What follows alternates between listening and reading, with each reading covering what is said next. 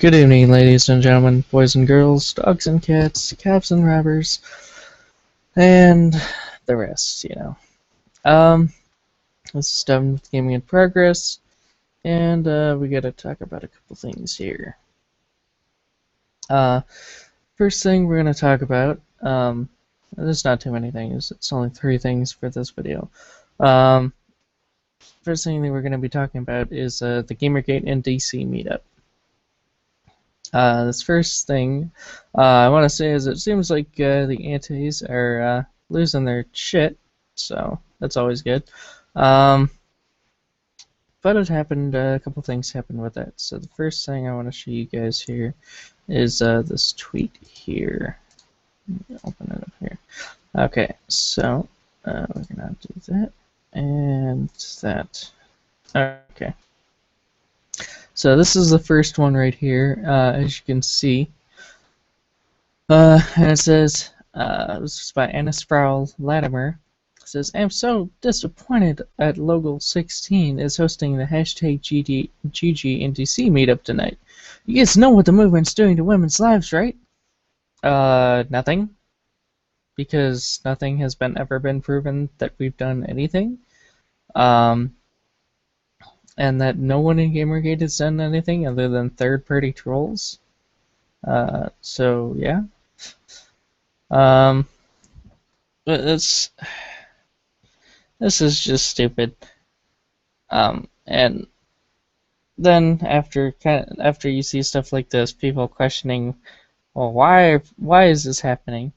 They move to, okay, how can we stop this? And that's where the bomb threats come in. And this next one is courtesy of Icer. This is a something that Icer retweeted, and I saw.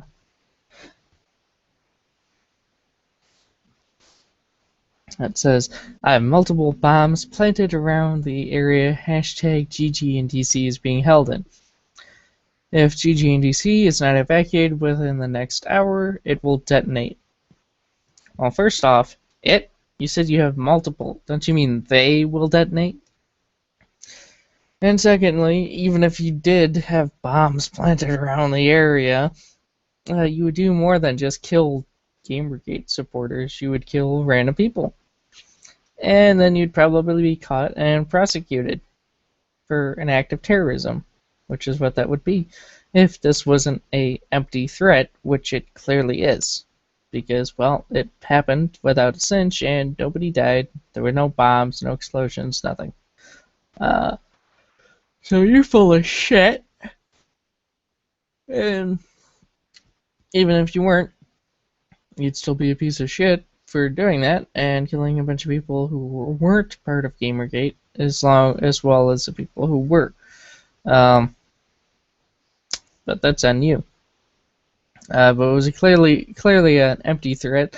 That's why nobody took you or it seriously, and they just went on about the event and were happy and made the most of it. So, and then this next one is a bit of a response here. This one I actually have saved here. This is from Sarah Butts. Screenshotting something Mark Kern said. It says, hashtag Gamergate responds to tonight's bomb threats with jokes about Patreon. Good job taking this seriously, guys. Really. I added the guy's part, but anyway.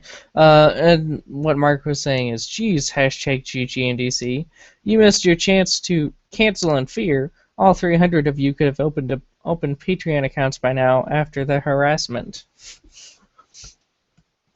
And people have been joking about this because, well, it's something to be joked about. The threat was empty, and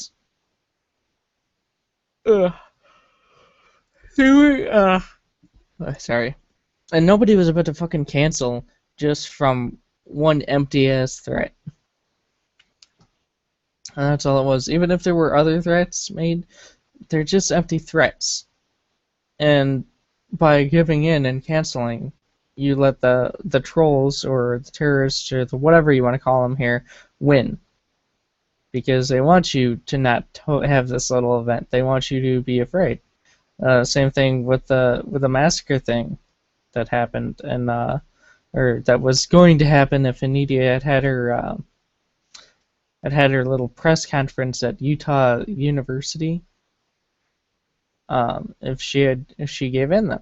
But see, she spun that around as, oh, Gamergate's about harassment, and I'm so harassed, and I'm the savior of it all, and blah blah blah, all while having the I won smile, which pretty much everybody remembers. When she was her and her little footage was she was walking with armed escort, she was smiling her ass off. So anyway, but yeah. Then this next one is from John Walker, which is the one of the editors, I believe, for Rock Paper Shotgun. You see either one of them or he's a head one or something like that. It says, obviously anyone who makes a bomb threat is a turd. Turd. As if it needs saying. But good gravy, they're delighted it happened. I wouldn't say we're delighted it happened. We're not going to let it get to us or interfere with what's going on, but I wouldn't say we're delighted.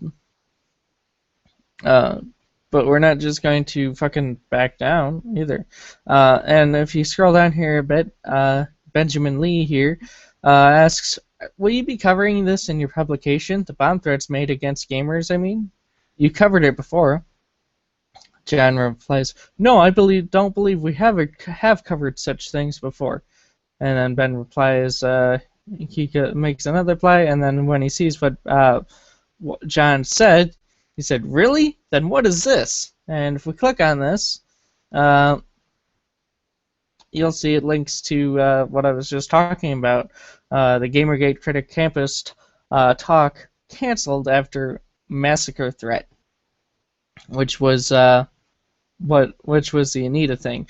She was gonna talk at Utah State campus, and then there was a threat, and she canceled, even though the police said that it was an empty threat, and she had nothing to worry about, and she did it anyway because it was beneficial for her to cancel it. So that's what's going on with that. We're gonna move on to the next little thing here, which is has to do with Notch. And Notch was attacked recently on Twitter, kind of by a social justice warrior.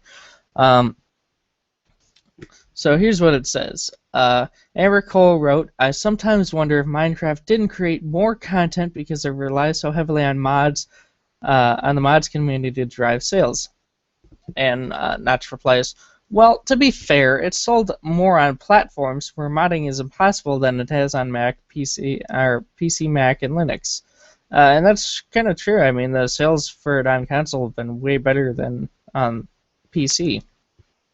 Part of that being because PC there is the cracked version of it, and a lot of people don't openly talk about stuff like this, but yeah, it does exist, and I'm pretty sure most people use it, unless you want the skins and stuff that come with the full version of the game. I think a lot of people use the cracked version.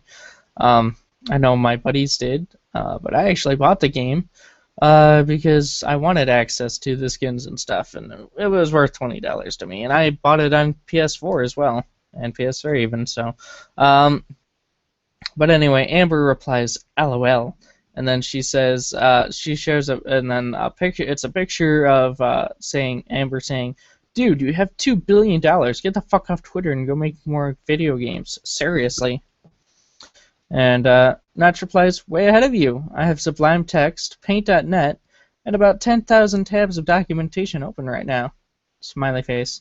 I think it's interesting that he's using Paint.net. I don't know what exactly he'd be using it for, other than maybe characters and background animation ideas or something. I've never really used Paint.net heavily, so I wouldn't know how much it's capable of, but I have used it. And then she goes on to say, friend, I have made more games in the past year while $100,000 in debt than you have with all your wealth, influence, and power. Well, obviously, the games you made were shit if you're $100,000 in debt. I mean, if even one of those games was good, at least half as good as Minecraft, I don't think you'd be $100,000 in debt. I think we have this thing called going on where uh, you're putting more emphasis on quantity than quality, and that's not doing anything for you. Uh, then she goes on to say, "You have enough spare money to fund every single one of my experimental indie dev friends for a decade. But why would he if you guys are producing shit?" Huh? Like Revolution 60 or Depression Quest or shit like that. And I don't even think you're friends with those developers. But just examples of shitty indie games. Those are shitty indie games. And not every indie game is going to be good like Minecraft was. Or No Man's Sky even. And No Man's Sky isn't even out yet, but it already looks pretty fucking amazing. So Notch replies, "Great job, keep it up." And Ember goes on, "Yet here you are defending your ego on Twitter. Fuck off. Holy shit. Fuck you. Seriously, dude. You could blink and take care of me and a bunch of my marginalized, forgotten indie devs for years to come. Yet here you are being a cunt. Holy shit. My PayPal is redacted. I'm a marginalized trans developer, and I think you owe me reparations for having slain me this morning." And then Notch goes on to say, "I did that by congratulating you on a productive year." And, question mark. But it's like, really? Just because you're an indie developer doesn't mean you're entitled to be supported by other indie developers.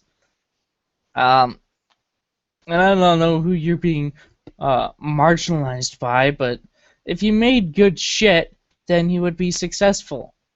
Maybe it's time you need to reevaluate yourself as an indie developer and either focus on making one really good project instead of experimental shit, or go work in a different field. But no, you want to use the indie market to basically be supported without having to do anything.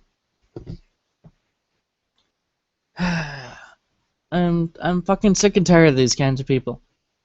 And they give the indie developers who actually do great shit and amazing stuff a bad name, because all they produce is useless experimental shit and fucking games with point and click shit and fucking PlayStation 1 graphics.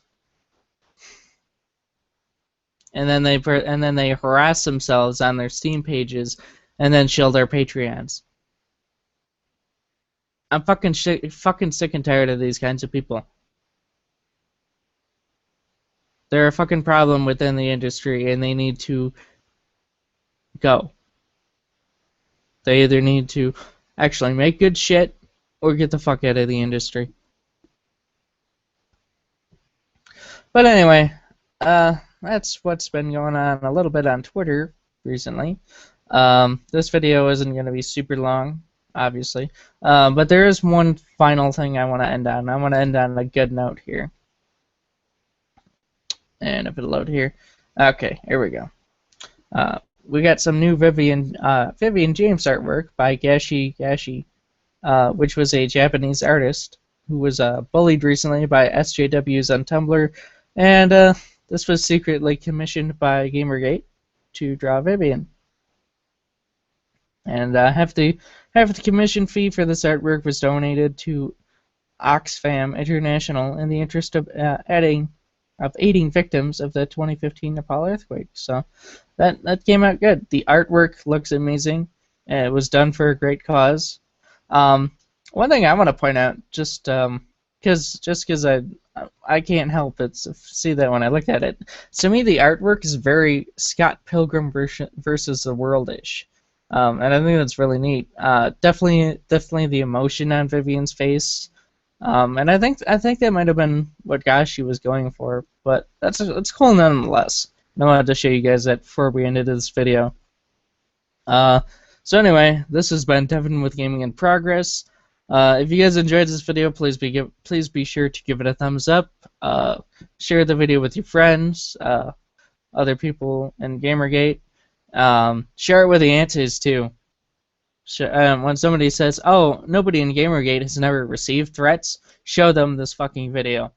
Because yeah, people have received threats, bomb threats, and other types of threats in the past as well.